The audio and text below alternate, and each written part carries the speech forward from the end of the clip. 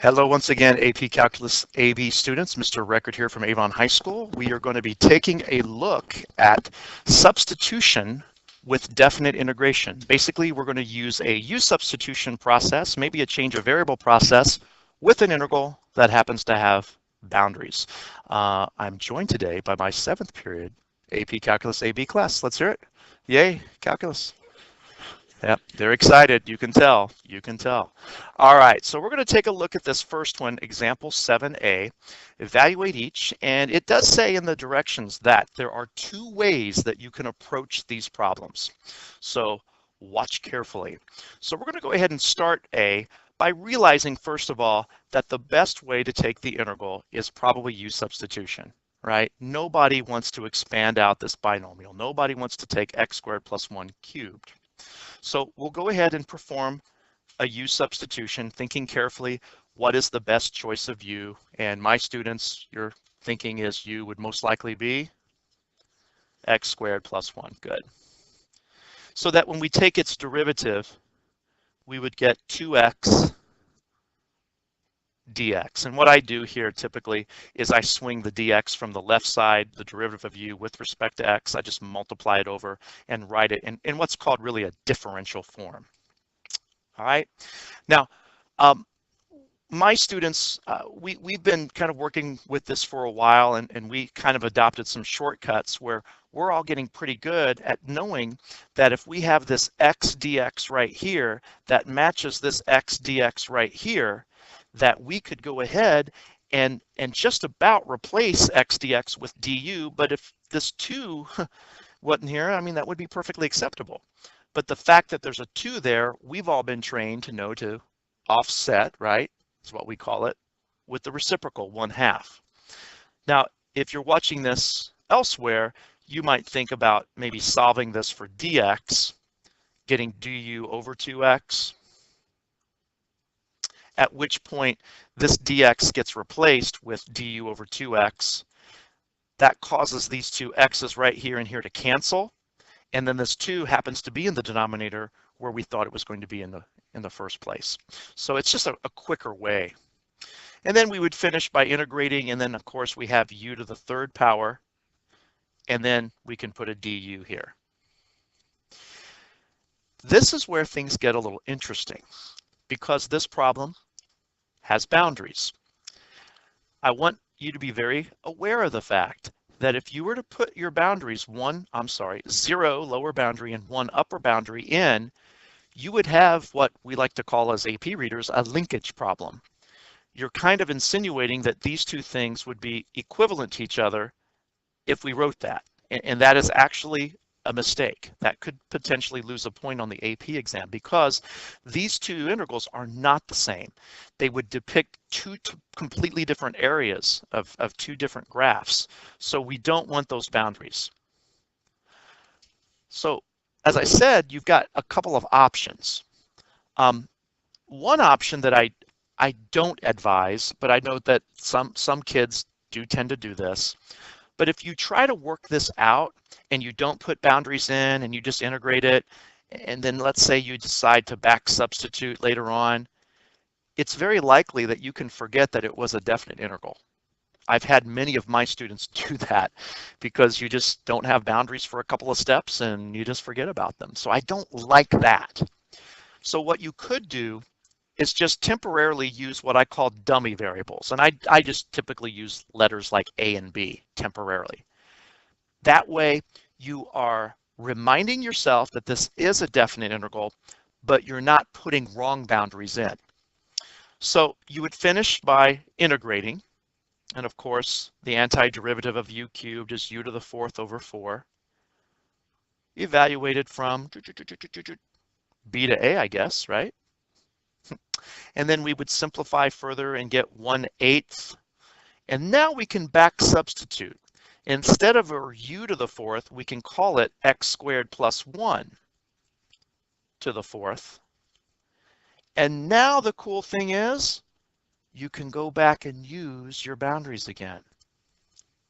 So why now all of a sudden is it cool to use 0 and 1, but for a couple of steps it wasn't?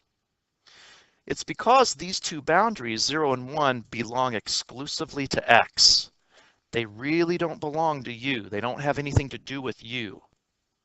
Now that we transformed our problem back in terms of x, we're able to use them again. And now the rest of the problem goes very smoothly. You'll go ahead and replace x with 1. 1 squared plus 1 is 2. Raise it to the 4th. And then subtract. Plug in 0. 0 squared plus 1 is 1. Raised to the 4th. And then if we simplify this, I think we have 16 minus 1, which would be 15 over 8 as our final answer. Now, like I said, there is another way to do this, and I want to outline it. It's not much different. Some students will say it's a little easier, but here's an option. From this point right here, what we could do is not sort of chicken out and use A and B, but say, hey, I want actual boundaries. I want boundaries in terms of u. I want to figure out what they would be. And you can find them by just simply going to your u equation right here. And I'll do the work up here where I have some space. And you could say, let's let the lower boundary 0 plug in for the x. So I'm going to sort of evaluate what's u of 0. Well, that would be 0 squared plus 1, which of course is 1. So the lower boundary 0 is actually 1. The upper boundary of 1 would be, you guys want to tell me? 2, right?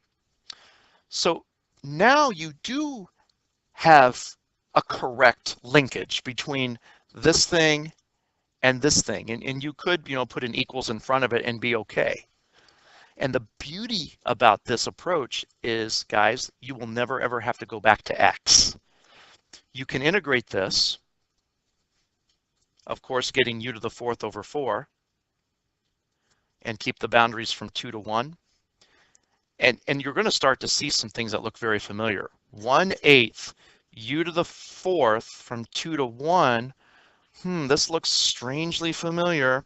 1/8, then plug in your 2 for u. You get 2 to the 4th. Subtract. The fundamental theorem of calculus says subtract, and then plug 1. And then, does that look very familiar? It's the same step right across from it. And you'll end up with 15/8. All right, now I'm not suggesting that this purple approach saves tons and tons of steps. I think you're doing the same amount of work. You're actually doing the same thing. You're kind of performing things like in a different order maybe, but you're still going to get the same answer, okay? So really the choice is up to you. Personally, I like the purple method. I have another problem that I'll make a video on later that will show that particular case. It's actually in my notes here. It's example 8.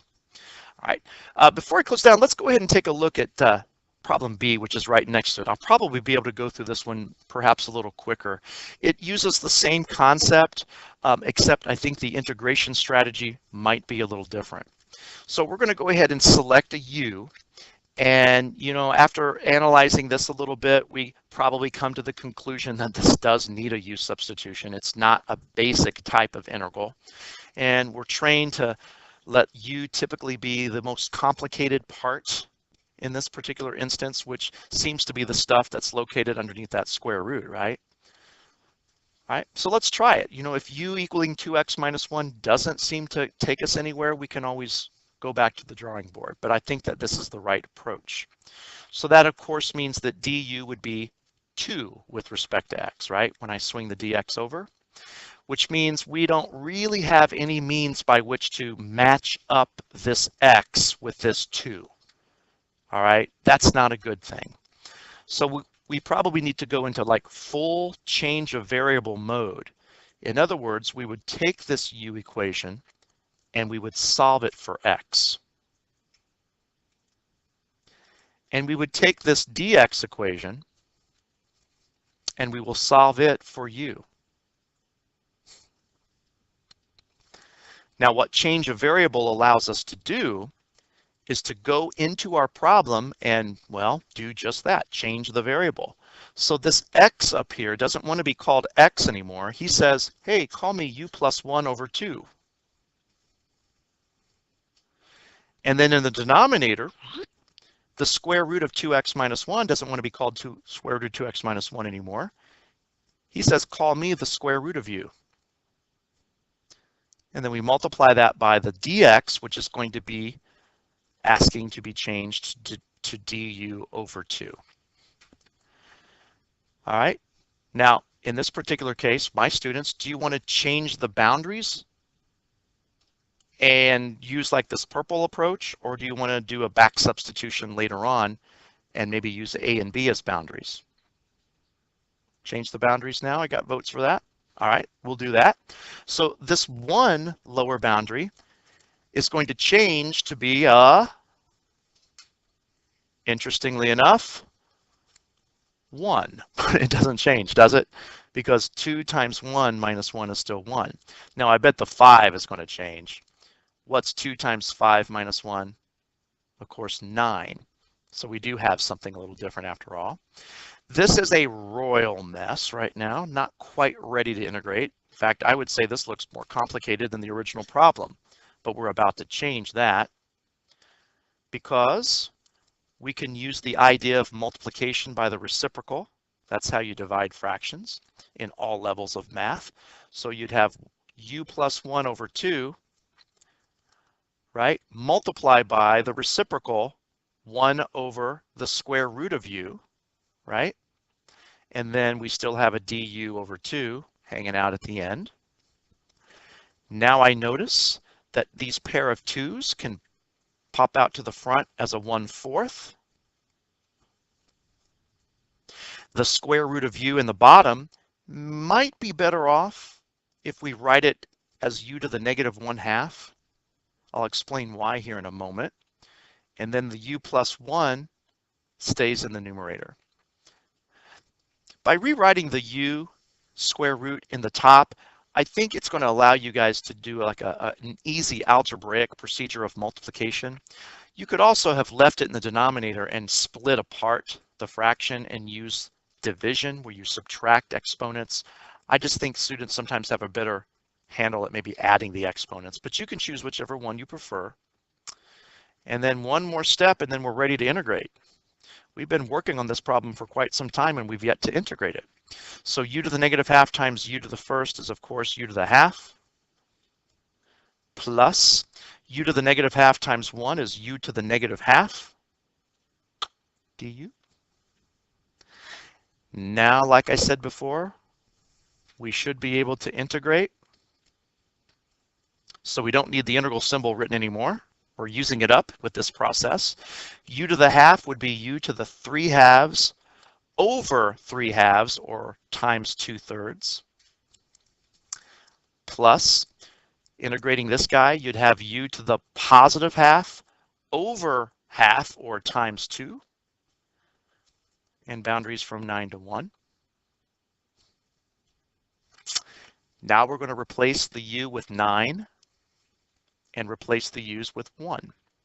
So we'd have 1/4, 9 to the 3/2 times 2/3 plus 9 to the 1/2 times 2 minus quantity.